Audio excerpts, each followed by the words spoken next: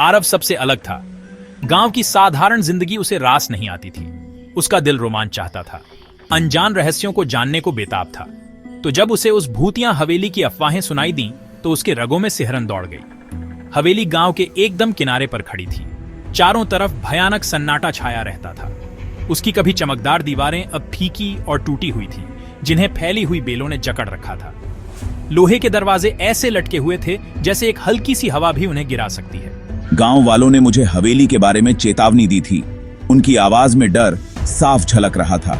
उन्होंने अजीब आवाजों और चांदनी में नाचते हुए सायों के बारे में बताया, लेकिन मैं उत्सुकता और साहस के नशे में चूर उनकी एक न सुनी।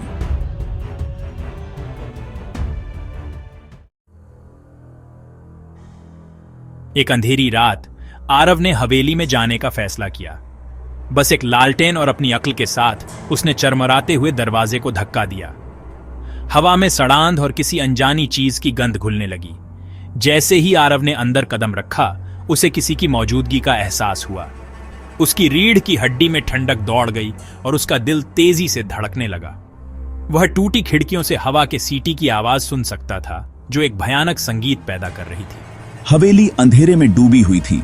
बस मेरी टिमटिमाती लालटेन की ही रोशनी थी। मैं सावधानी से घर में आगे बढ़ रहा था। हर कदम भयानक सन्नाटे में गूंज रहा था। मैंने दीवार पर एक तस्वीर देखी जो धूल और मकड़ियों के जालों से ढकी हुई थी। जैसे ही आरव ने धूल साफ की, आंखों का एक जोड़ा उसे घूरता हुआ दिखाई दिया। तस्वीर एक खूबसूरत औरत की थी, जिसके चेहरे पर गहरी उदासी छाई हुई थी। उसी समय आरव को अपनी गर्दन पर ठंडी सांसों का एहसास हुआ। वह घूमा, उसका दिल तेजी से धड़क रहा था। उसके सामने एक पारदर्शी आकृति खड़ी थी, जिसके किनारे मंद रोशनी में चमक रहे थे। उसकी आंखें एक भयानक हरी रोशनी से चमक रही थी और उसके होंठों से एक धीमी सी गुर्राहट निकली। डर ने मुझे अपनी गिरफ्त में लेना चाहा, लेकिन मैं हिम्मत करके खड़ा रहा। मैं इतनी दूर आ ही गया था। उत्सुकता मेरे डर पर भारी पड़ रही थी। कांपती हुई आवाज से मैंने उस प्रेत से पूछा, तुम कौन हो? उस आत्मा ने एक दर्द भरी चीख निकाली जो पूरी हवेली में गूंज उठी। उसने अपना हाथ उठाया और भूतिया उंगली से तस्वीर की तरफ इशारा किया। जैसे ही आरव देखता रहा, उसके आसपास का नजारा बदल गया और वह खुद को बीते हुए कल में पाता है। उसने खुद को हवेली के आंगन में हो रहे एक भव्य उत्सव को देखते हुए पाया। तस्वीर वाली औरत अब जिंदा और हंसमुख सबके आकर्षण का केंद्र थी, लेकिन खुशी का वह मंजर ज्यादा देर तक नहीं टिका। डाकुओं का एक झुंड हवेली में घुस आया। उनके चेहरे लालच और द्वेष से भरे हुए थे। उन्होंने मेहमानों पर हमला कर दिया। उनकी चीखें रात के सन्नाटे को चीरती हुई गूंज रही थीं। वह औरत एक छोटे बच्चे को बचाने की कोशिश में बेरहमी से मार दी गई। औरत के दुखद अंत की कहानी आरव की आंखों के सामने आकार लेने लगी, जिससे उस दुख का पता चला जो उसकी आत्मा को हवेली से बांधे हुए था। वह नजारा गायब हो गया और आरव वापस वर्तमान में आ गया। उसके चारों ओर उस आत्मा के दर्द भरे सिसकने की आवाज गूंज रही थी। अब उसे समझ आ गया था कि वह आत्मा तस्वीर वाली औरत की थी, जो अपनी असामयिक मृत्यु के कारण हवेली में फंसी हुई थी। आरव, कृपया मुझे शांति पाने में मदद करो।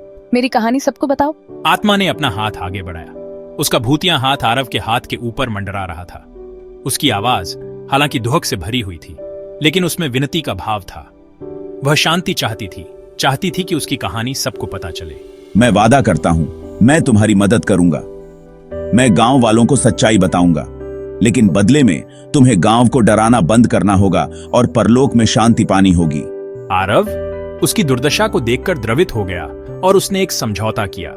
उसने उसकी कहानी गांव वालों को बताकर उसे शांति दिलाने का वादा किया। बदले में उसे गांव को डराना बंद करना था और परलोक में शांति पानी थी। अगली सुबह आरव ने सभी गांव वालों को इकट्ठा किया।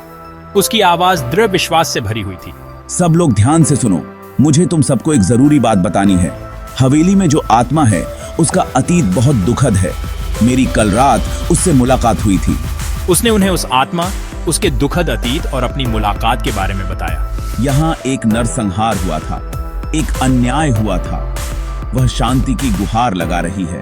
पहले तो गांव वाले शक कर रहे थे। बरसों पुराने डर और अंधविश्वास को मिटाना इतना आसान नहीं था, लेकिन आरव की सच्चाई आत्मा की कहानी में उसके सच्चे विश्वास ने उनकी आशंका को दूर करना शुरू कर दिया।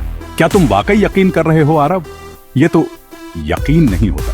वह उन्हें हवेली ले गया और कांपते हाथों से उस जगह की तरफ इशारा किया जहां उस औरत की हत्या की गई थी। मानो इशारा पाकर ही आंगन में एक हल्की सी हवा चली, जिसमें चमेली की हल्की सी खुशबू घुली हुई थी, जो उस औरत का पसंदीदा फूल था।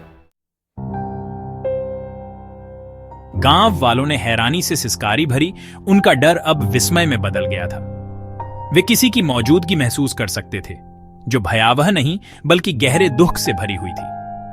पहली बार उन्होंने हवेली को डर की जगह के रूप में नहीं, बल्कि एक दुखद अतीत के प्रतीक के रूप में देखा। हमें उसकी आत्मा की शांति के लिए प्रार्थना करनी चाहिए।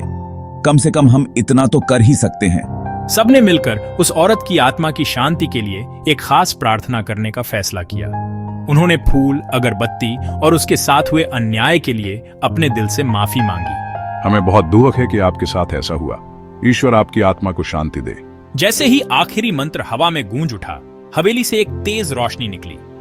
वह आत्मा आखिरी बार दिखाई दी। उसका चेहरा अब शांति और कृतज्ञता से चमक रहा था। धन्यवाद आरव, आप सभी का धन्यवाद।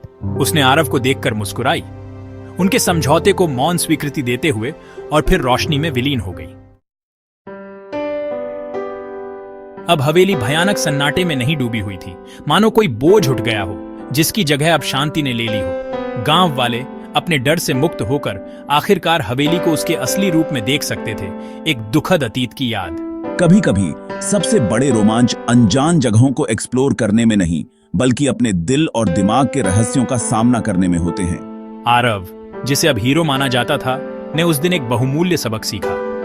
उसने महसूस किया कि कभी कभी सबसे बड़े रोमांच अनजान जगहों को एक्सप्लोर करने में नहीं, बल्कि उन रहस्यों का सामना करने में होते हैं जो हमारे दिल और दिमाग में बसते हैं। आरव, तुमने हमें साहस और सच्चाई का रास्ता दिखाया है। हम तुम्हारे आभारी हैं। आरव और भूतिया हवेली की कहानी गांव में एक किंवदंती बन गई, एक ऐसी कहानी जो एक पीढ़ी से दूसरी पीढ़ी तक चलती रही। इसने यह याद दिलाया कि डर अक्सर अनजान से उपजता है और साहस सच्चाई की तलाश करने में है, चाहे वह कितनी भी कठिन क्यों ना हो।